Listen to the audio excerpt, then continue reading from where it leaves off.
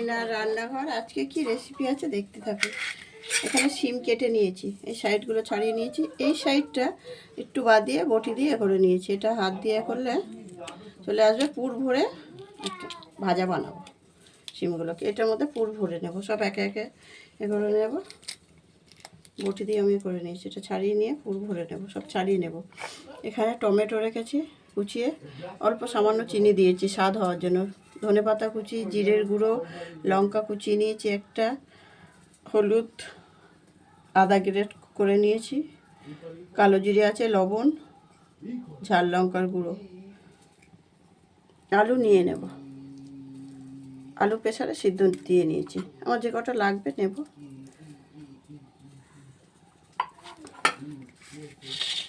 Gas on করে দিয়েছি, তেলটাও গরম হতে দিয়েছি।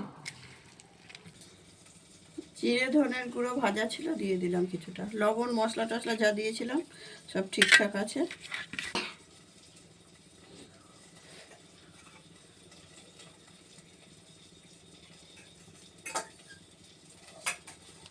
আমি ভাজা বানাবো, আর একদিন বেসন গুলে সেটাও আপনাদেরকে দেখাবো। আজকে এটা বানাচ্ছি, নিরামিষ তো, শনিবার।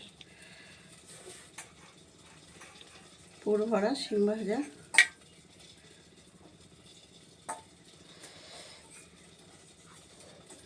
অল্প লবণ দিয়ে দিচ্ছি। পুর সব এরকমভাবে ভরে নিয়েছি, একে একে দিয়ে দেবো।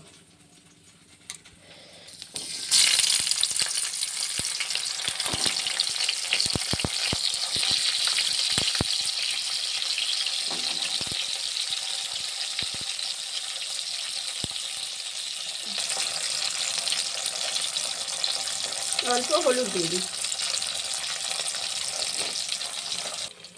গ্যাস কমিয়ে ঢাকা দিয়ে দিয়েছিলাম, ঢাকনাটা খুলে নিলাম।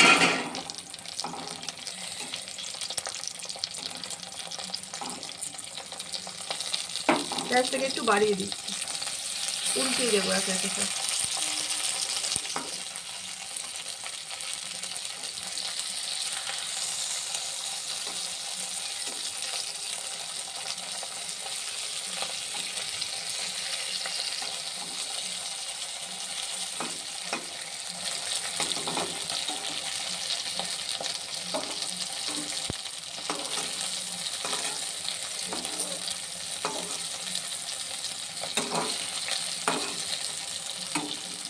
এটাকে আমি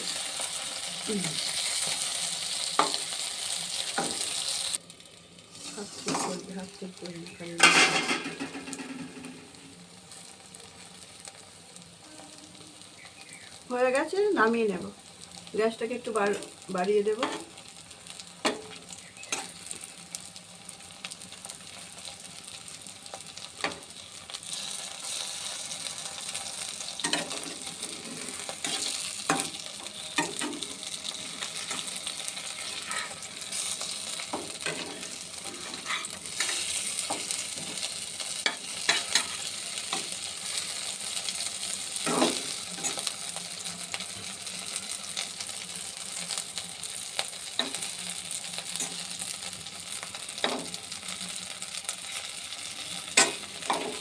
সব নামিয়ে নিচ্ছি, হয়ে গেছে।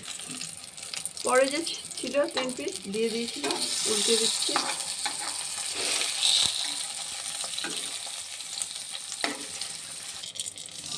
গ্যাস কম করাই ছিল, বাড়াইনি, আবারও উল্টে দেবো। দিয়ে একটু আঁচটাইনি, অসুবিধা হচ্ছে না, বেসন দিয়েও একটু আঁচকে বা আঁচগুলো আঁচকে নিলে হয়, আমার অসুবিধা হচ্ছে না। আপনারা যেটা ভালো বুঝবেন সেটা করবেন। একটু বাড়িয়ে দেবো।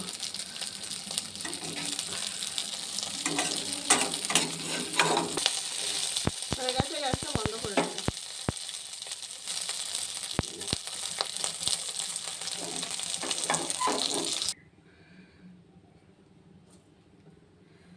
পুর ভরা সিমের রেসিপিটা তো দেখলেন, আপনারা এরকম বানিয়ে খাবেন, গরম ভাতে ভালো লাগবে। আর ভালো যদি লাগে লাইক শেয়ার কমেন্ট করবেন, আর যারা ইউটিউব চ্যানেল থেকে দেখছেন একটা সাবস্ক্রাইব করে দেবেন। দেখা হচ্ছে আগামী পর্বে, সবাই ভালো থাকবেন। আর কালকে থেকে আর ভিডিও হবে না, বর্ণালী বাপের বাড়ি যাবে। বর্ণালী বলতে ওটা আমার বৌমা, ও ছোটো, ওকে বর্ণালী বলেই রাখি।